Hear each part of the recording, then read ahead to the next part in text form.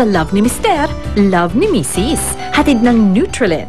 Love ni Mister, love ni Mrs. Tutok lang sa atin. Happy morning mga Mr. at mga Mrs. Happy morning sa iyo, tatay. Good morning, nanay. At happy morning sa ating live studio audience nandito sa ating studio. Happy morning!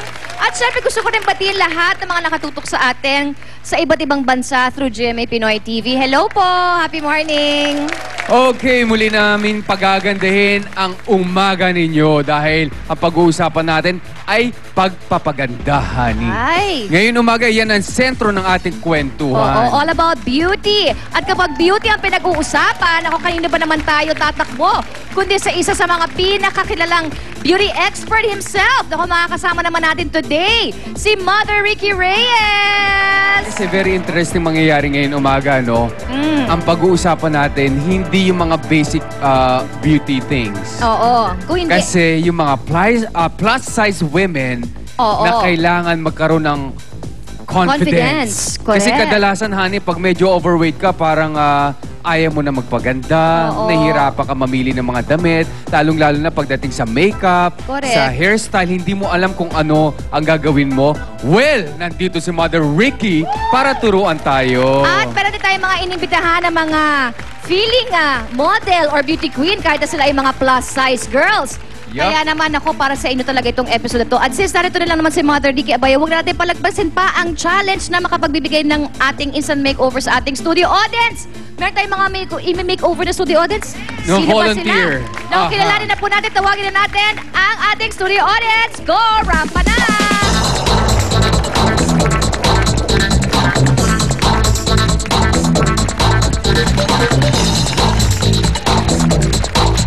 Ayan na si Mother Ricky Reyes!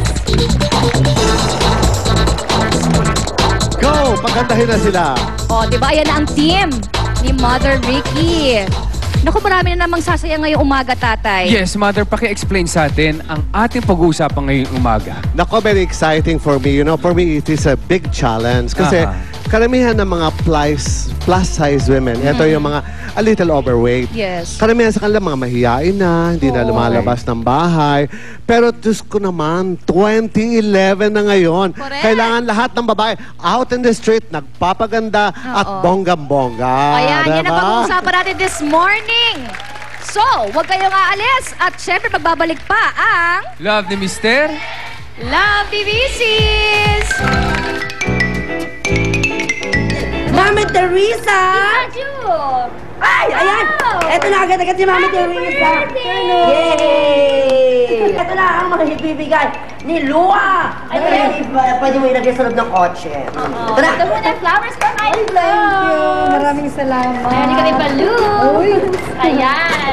At hindi lang yan! Nako, Mami Teresa! Ito na ang iyong birthday cake! Hihipan nyo na po ang inyong kandila! Yay! Ayan, gano'n ba? Bubay? Yes, nako, alam mo ba, Mami Teresa, ayan, nahihirapan akong banggit ng pangalan, Teresa, eto na, meron pa kaming panghanda package para sa inyo! Di ba? Dito natin lagay sa baba. Yes! Siyempre, hindi pa siya natatapos at meron kaming mga GCs. Yes! Meron kaming GCs from Beauty and Butter. Ay! Ano ba yan? Sorry po. Ayan, kasama po yan sa birthday greetings namin. Meron kaming GCs from The Nail Love. Nasa siya pa yung buhay. Salamat ulit.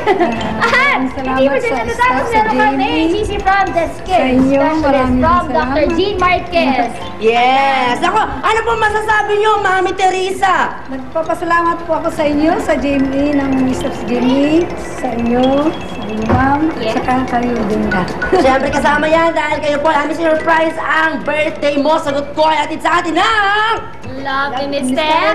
Love ni Mrs. Mister, love ni Mrs. Tutok lang Ang swerte mo, anak.